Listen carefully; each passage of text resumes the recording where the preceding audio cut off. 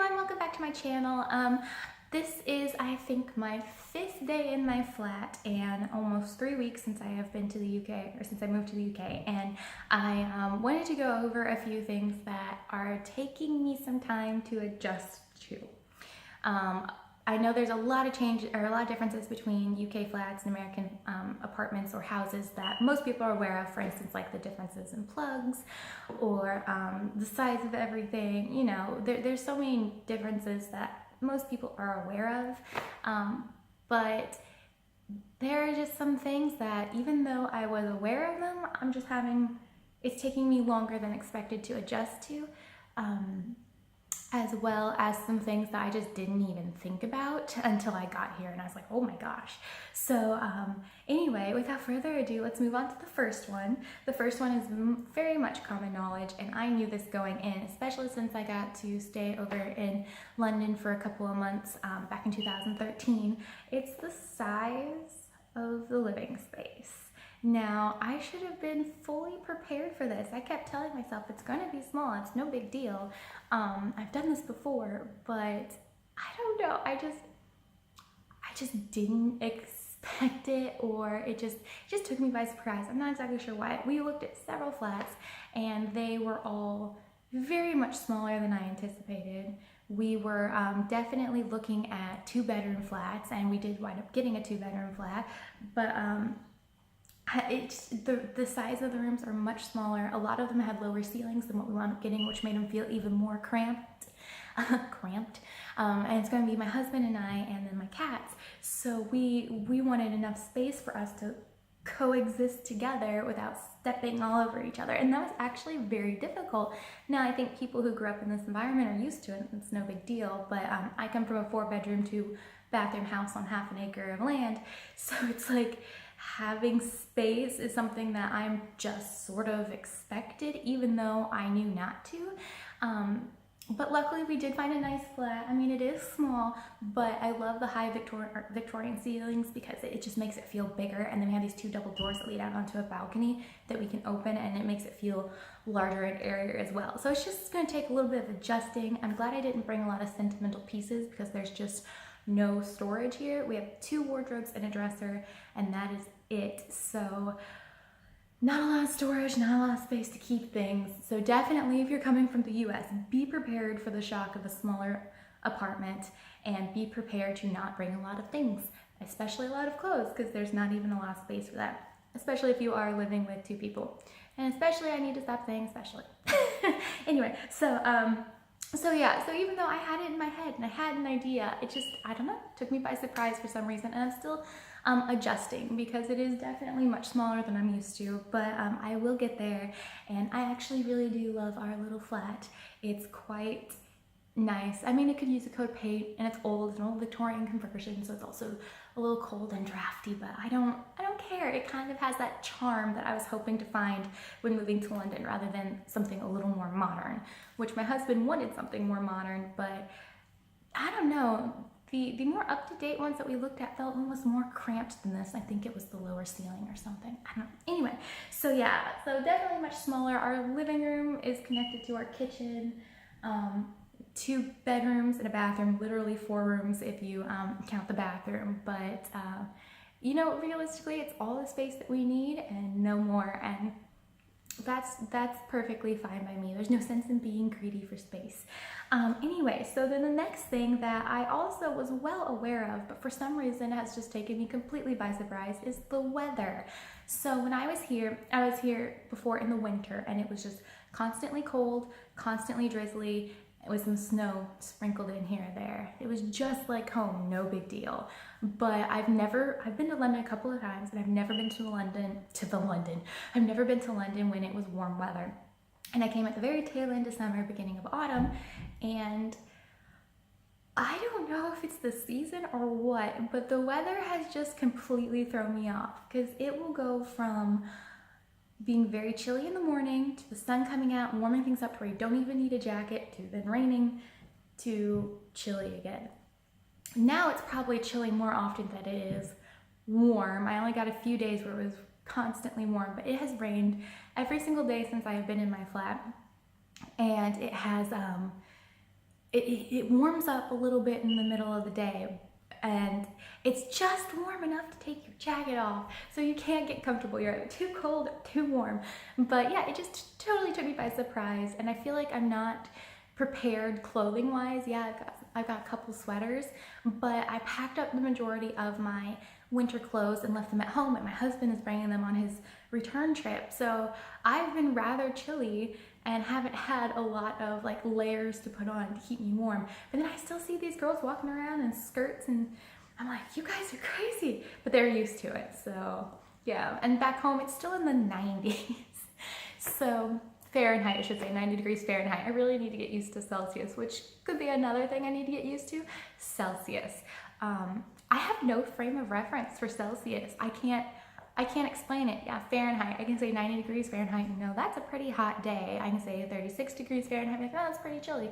But if someone says 20 degrees Celsius, I can't even like connect that to a feeling of some sort of temperature in my head. Like I can't even go, oh wow, that's warm, or oh wow, that's cold. I just hear 20 degrees Celsius and it's completely blank. I'm just like, is that a good day?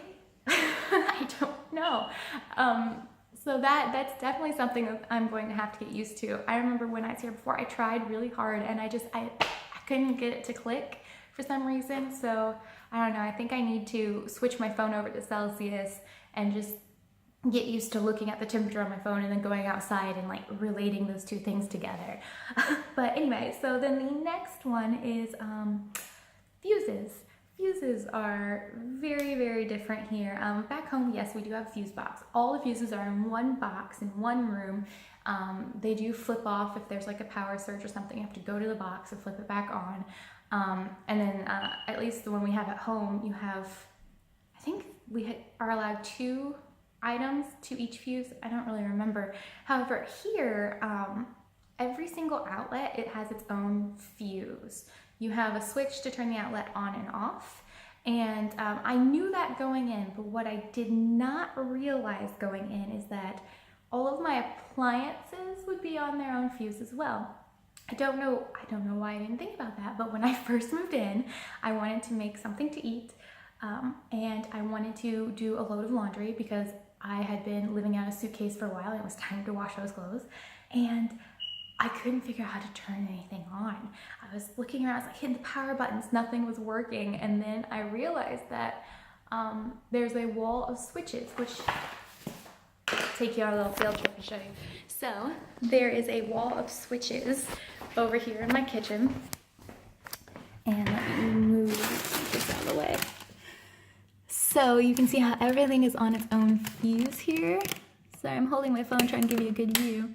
Turn it on and off. Well, here is the washer, here is the dishwasher, and all the way over here is the stove.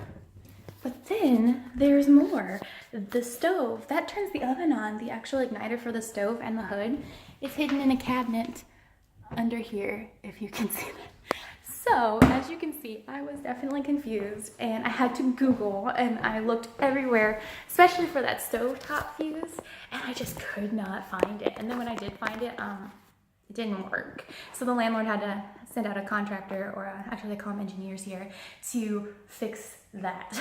But that was quite interesting, running around like mad trying to figure out why isn't anything working, and then it hitting home going, oh, thanks Google for telling me that. I'm just kind of out of my element a little bit when it comes to that. But so that's definitely something that took a little getting used to. Now it's perfectly fine. I don't mind it at all. I actually think it's a great idea because from what I understand, it helps save on your electric bill. So that's pretty great. And then the next thing that is taking some getting used to are the appliances. I shouldn't say it's taking time to get used to it. A little bit maybe on the oven, but I knew going in, but really it just didn't hit home until I had it. I'm sure everyone is aware of what they call an American-sized refrigerator, which is really funny because one of the flats that I looked at was actually the one I was going to take if this one fell through, came with an American-style refrigerator. It's not an American-style refrigerator. Yes, it was one piece where you had the fridge up top, and then the bottom was the freezer, and the freezer was 2 drawers, and the fridge opened up, but it was still really skinny. And just the size of it, okay, I get it, it's like an American style refrigerator, but honestly, our refrigerators back home are probably 1.5, 2 times the size of that. I would call that one an American inspired refrigerator. Well, let's go on a little field trip again. Well, here, my refrigerator is here. See if I can get you a good view of it. So you have the refrigerator, which is one solid unit. Ignore the sparseness, I still need to go shopping. And then the freezer is down here in another individual appliance. Now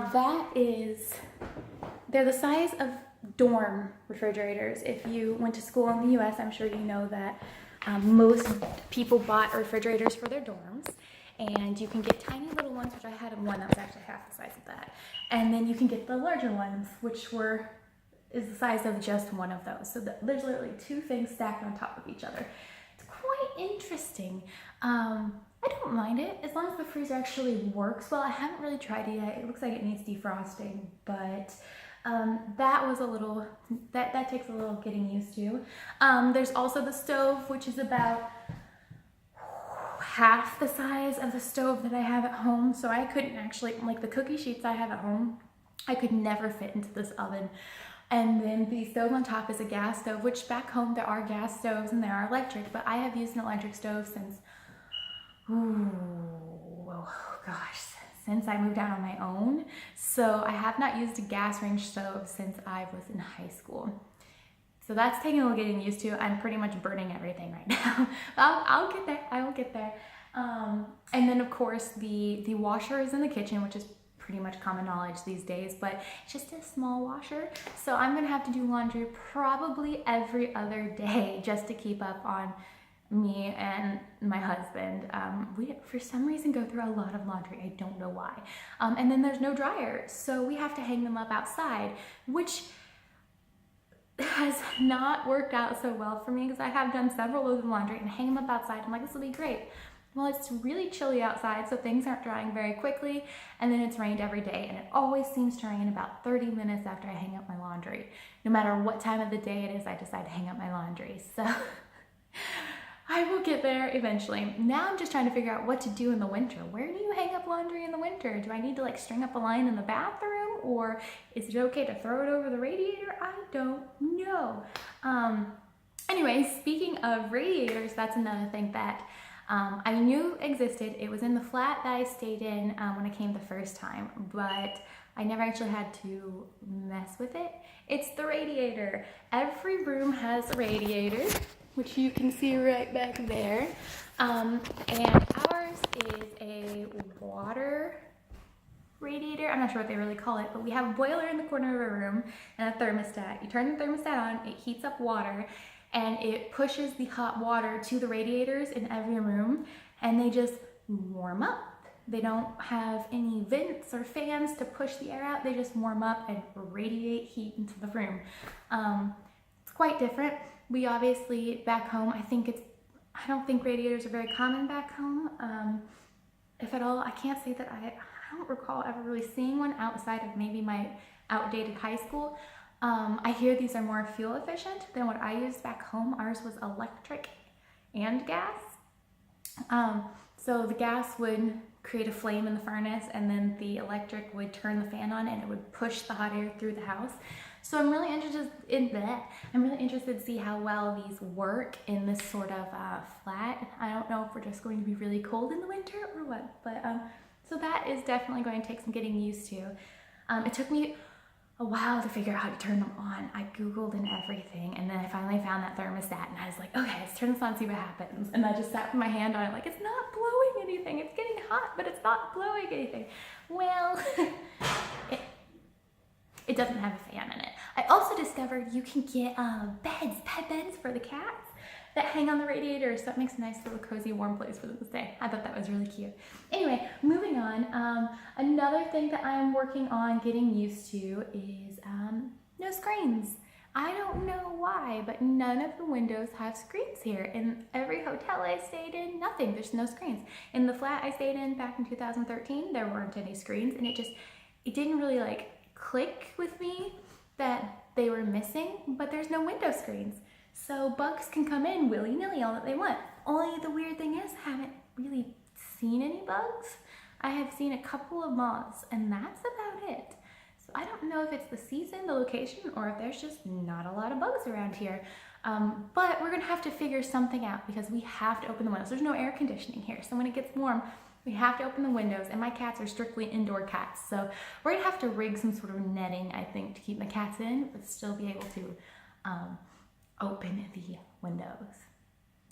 And that's just interesting. I never thought about it. They're commonplace in the US. Everywhere has a screen. If you don't have a screen, you request one from your landlord. I mean, it's quite interesting. I asked my landlord about that too, and he said screens aren't a thing here. So, all right, just one more thing to adapt to, which I actually don't mind. It's kind of nice to have the open air without something in the way. But anyway, and then the last thing that is taking a lot of getting used to is walking. I have to walk everywhere. It's roughly 10-minute walk into town to get groceries, and then I have to walk back. They do have buses, but I definitely prefer the walk, and I have to carry everything. Getting muscles, let me tell you, after carrying all that luggage across the way, carrying all the groceries and stuff to set up the apartment.